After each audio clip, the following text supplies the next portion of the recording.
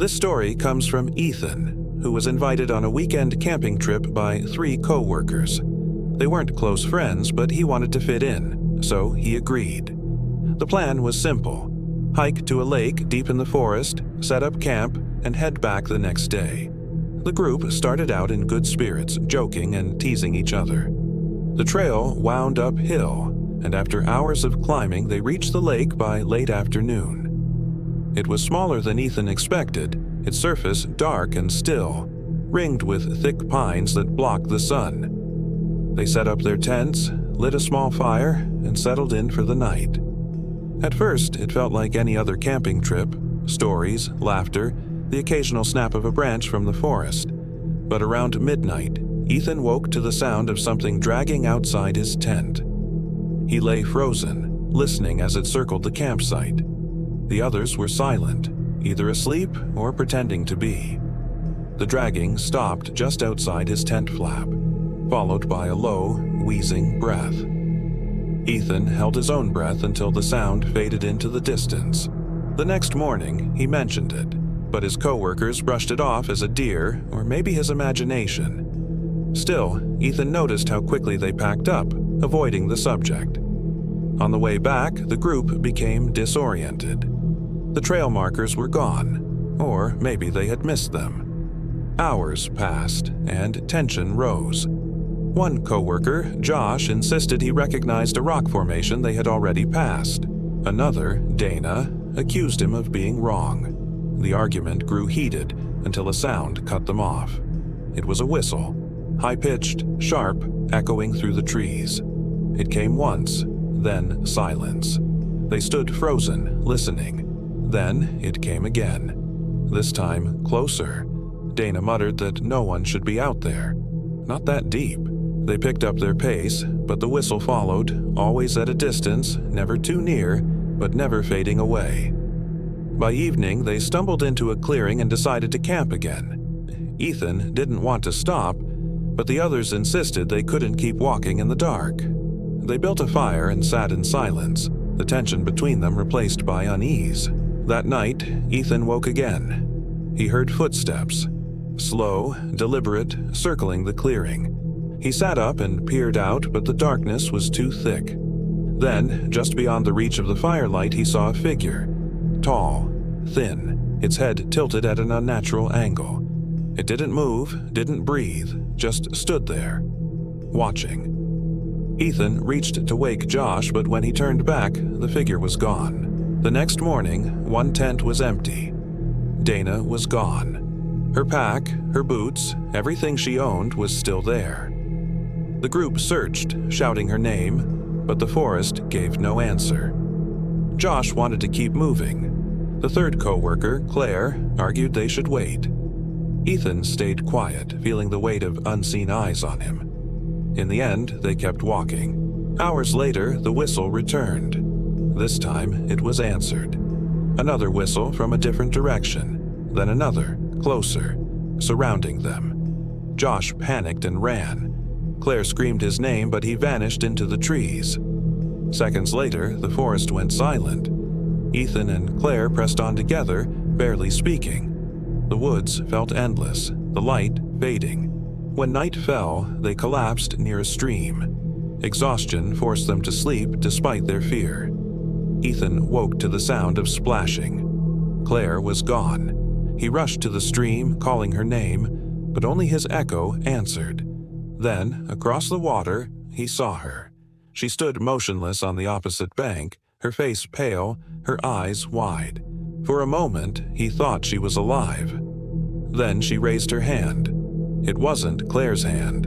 The fingers were too long, the nails black. The figure turned and vanished into the trees.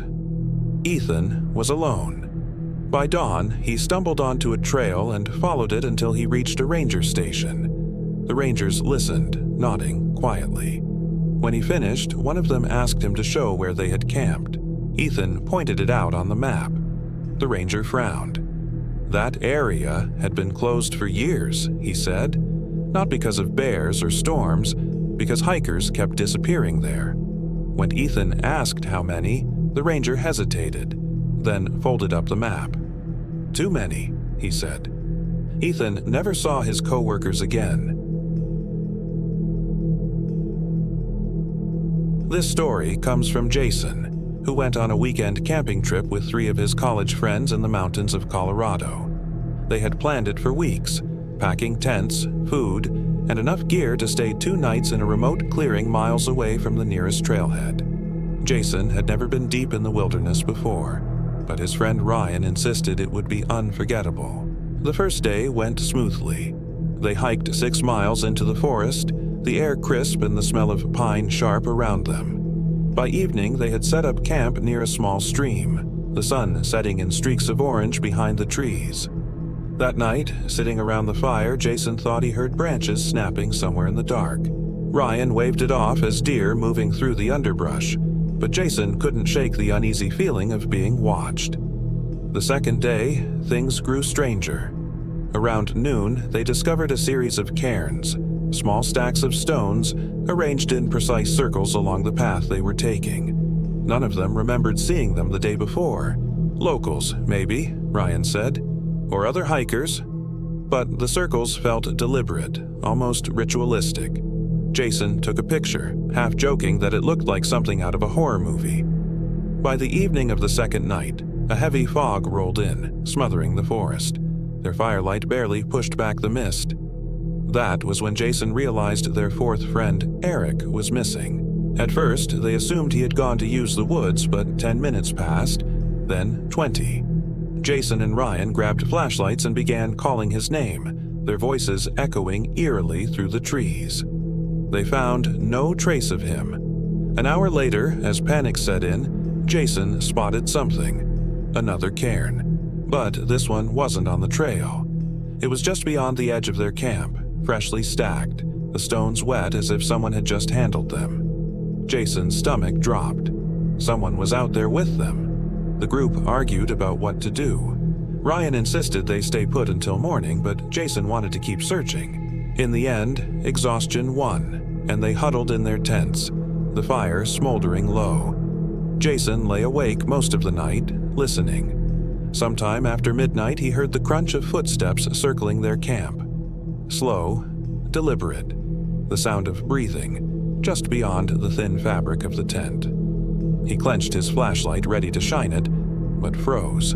Whoever it was stopped directly outside his tent, so close he could see the shadow of their boots pressed against the nylon.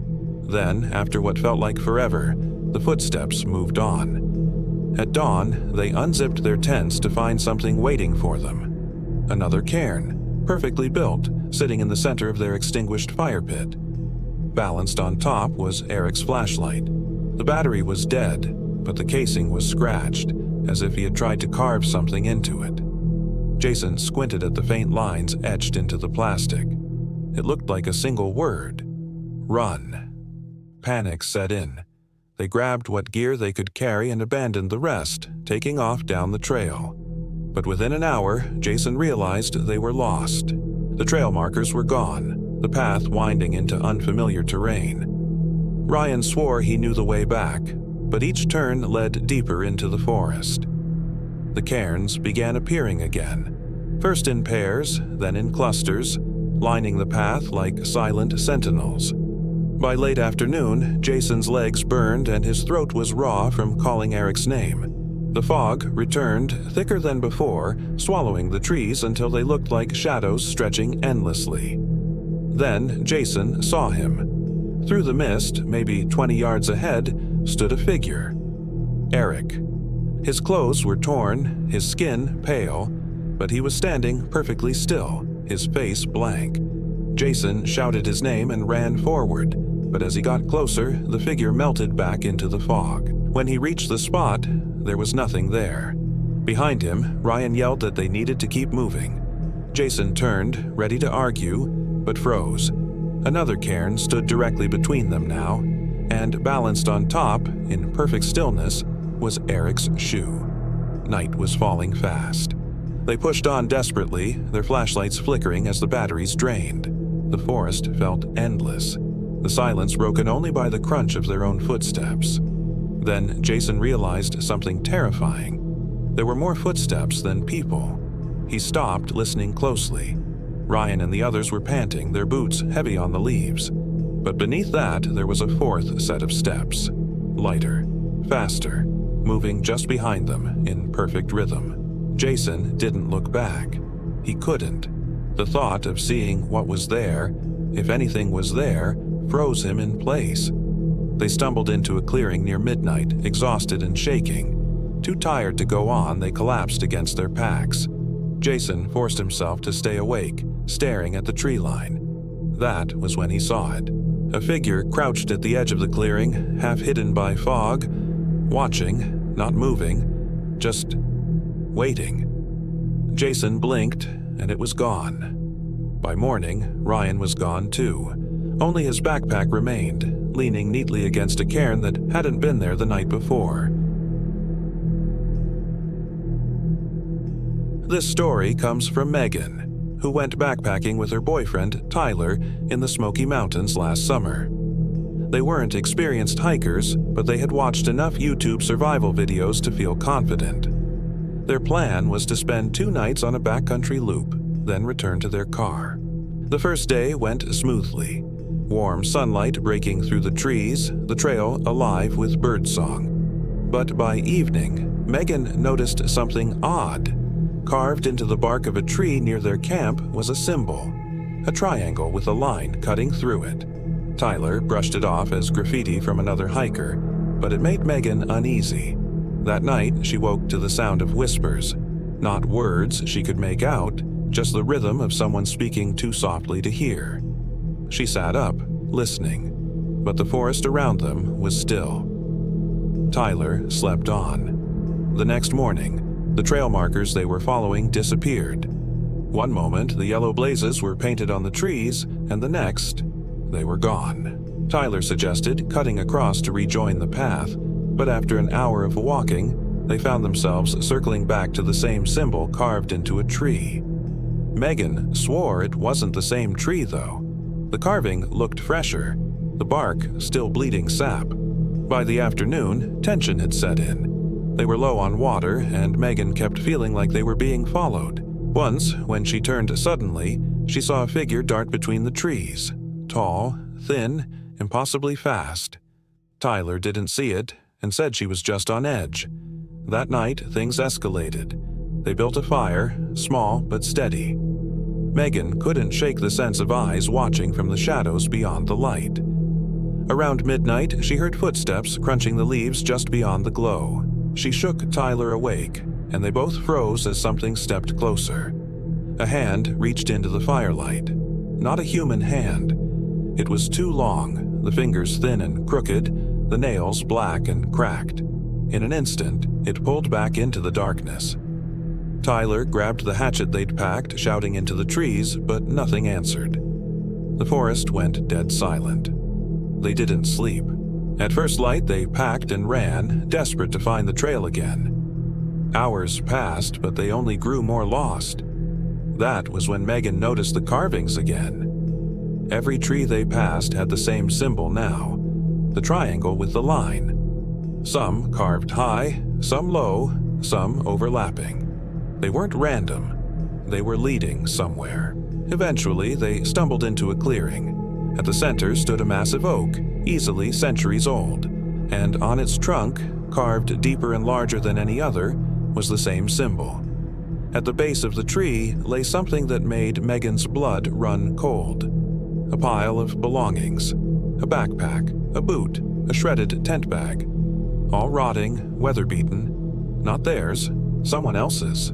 Tyler whispered that they needed to go, but before they could turn back, the forest around them erupted in sound. Whispers rising into a chorus, footsteps circling them, faster and faster.